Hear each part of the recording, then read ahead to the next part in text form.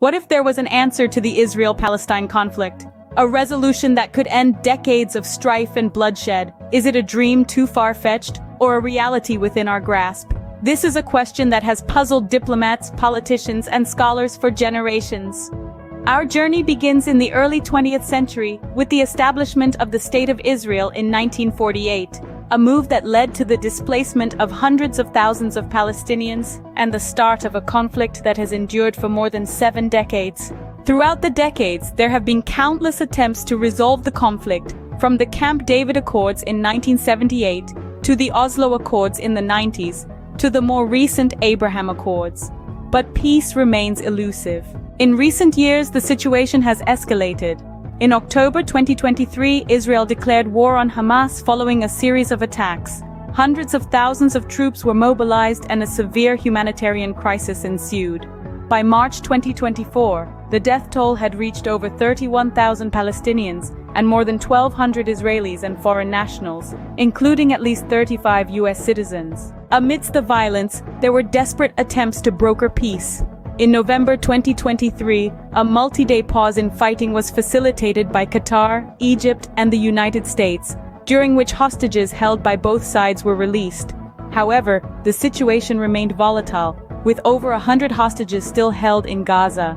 Throughout this crisis, the international community has been divided on how to apportion blame between Israel and Hamas for the worsening humanitarian conditions in Gaza. Some have pointed fingers at Israel's blockade and military actions, while others have blamed Hamas for its continued rocket attacks and the use of civilian areas for military purposes. In conclusion, the Israel-Palestine conflict is a complex issue with deep historical roots and no clear solution in sight. However, the hope for a peaceful resolution remains. As Uriel Abuloff, an associate professor of political science at Tel Aviv University and Cornell University, suggests, a shift in perspective is needed.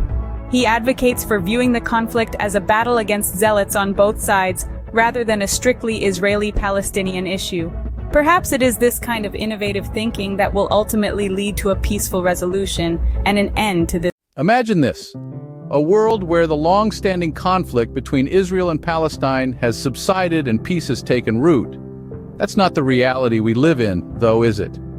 The past few years have been a whirlwind of political developments and implications, with a ceasefire that never materialized and the continuation of conflict that seems never-ending. In this saga of tension and negotiations, key players such as the United States, Egypt, and Qatar have stepped in, attempting to persuade Israel and Hamas to accept a proposed hostage-prisoner exchange. This could pause the fighting for several weeks or more.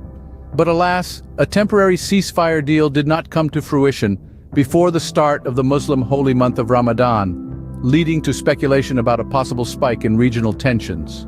The return of some hostages to Israel could alleviate domestic pressure on the Netanyahu government. However, this government may face difficult debates about whether and how continued or resumed fighting might help it achieve its declared war aims of recovering hostages and destroying Hamas's military and governing capacity in Gaza.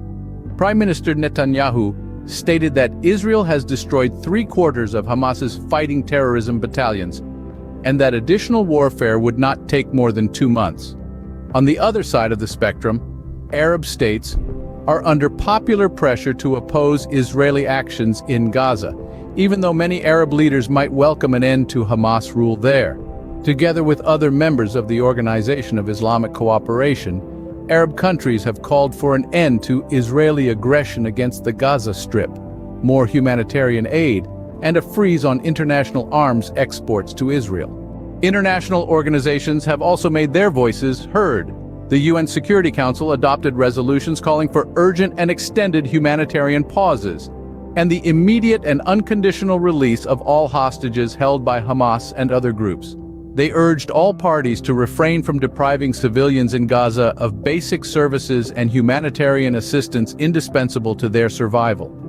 The International Court of Justice found that it had jurisdiction over allegations by South Africa that Israel may have committed acts of genocide and ordered Israel to prevent the commission of or incitement to genocide and to enable the provision of urgently needed basic services and humanitarian assistance to Palestinians in Gaza. In conclusion, the political situation between Israel and Palestine remains complex and fraught with tension. The past few years have seen a range of developments, from proposed ceasefires and prisoner exchanges to international pressure and resolutions. The future remains uncertain. In the autumn of 2023, the world witnessed a shocking resurgence of the Israel-Hamas conflict, a conflict that has now spiraled into a humanitarian crisis of unimaginable proportions. The repercussions of this ongoing strife have been felt far beyond the confines of the Middle East, sending shockwaves through the global economy and the political landscape. On the 7th of October 2023, the Palestinian Sunni Islamist group, Hamas, led a surprise attack on Israel from the Gaza Strip. The audacity and scale of these attacks left an indelible mark on the psyche of the world, resulting in the loss of over 1,200 lives, including at least 35 US citizens. The situation escalated further when Hamas seized 253 hostages. In the face of these attacks, Israel declared war on Hamas, launching an intense campaign of aerial bombardment and ground operations in Gaza. By March of 2024, the death toll had risen to over 31,000 Palestinians. The conflict entered a brief period of respite in late November when both parties agreed to a multi-day pause in fighting. This period saw the release of 110 hostages held in Gaza and 250 Palestinian prisoners held by Israel. However, the conflict was far from over, and the situation in Gaza remains dire, with an estimated 1.7 million Gazans displaced and over 60% of the housing units destroyed or damaged. While the international community has rallied to provide aid, the situation continues to teeter on the brink of disaster. Amidst this crisis, the United States and other countries have initiated steps to provide additional humanitarian aid to Gaza via airdrops and a planned maritime corridor. Despite these efforts, the conflict continues to rage on, with Israeli Prime Minister Benjamin Netanyahu vowing for a total victory and the elimination of Hamas. Meanwhile, the Israel Defense Forces have reportedly gained control over key areas of northern Gaza and continue their operations farther south, making the path to resolution arduous and unclear. In summary, the Israel-Hamas conflict has not only caused severe loss of life and displacement, but has also significantly impacted the global economy and political relations. The brief period of pause and the international aid efforts have provided some respite, but the situation remains uncertain. As the world watches on, the quest for a peaceful and lasting resolution continues. Have you ever wondered about the complex history of the Israel-Palestine conflict? It's a question that has puzzled generations and continues to be a source of global tension and debate. Our journey begins in the final days of 2022, when Jordan's King Abdullah II, concerned about the changing status of Jerusalem's holy sites, expressed readiness for conflict. Tensions were high over the control of these sacred sites, and the king warned about the potential escalation of Israeli-Palestinian violence. By the time Passover and Ramadan intersected in early 2023, the situation had escalated. Deadly incidents in Tel Aviv and the West Bank sparked violence following a police raid at Al-Aqsa Mosque.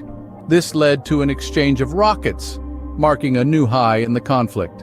Interestingly, the narrative began to shift, with American sympathy for Palestinians reaching an all-time high, especially among Democrats. This shift was due to a variety of factors, including the influence of social media and high-profile figures.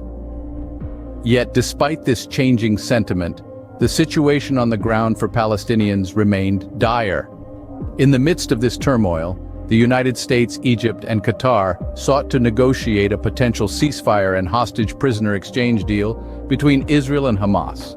While the Biden administration reiterated Israel's right to self-defense, they also urged Israel to minimize casualties and increase humanitarian assistance in Gaza. However, the situation took a turn for the worse in October 2023, when the Palestinian Sunni Islamist group Hamas launched a series of surprise attacks against Israel from the Gaza Strip. The scope and lethality of these attacks were unprecedented, and the nature of the violence shocked many. In response, President Biden requested Congress to appropriate more than $14 billion in Israel-related funding and more than $9 billion in global humanitarian assistance. This sparked a debate among members of Congress about the level of oversight or conditionality to place on security assistance to Israel and humanitarian assistance to Gaza. Today, the Israel-Palestine conflict remains a complex and deeply rooted issue. Despite the changing narratives and shifting sympathies, the reality on the ground remains dire for many. The hope for a peaceful resolution is ever present, but the path towards it remains fraught with challenges.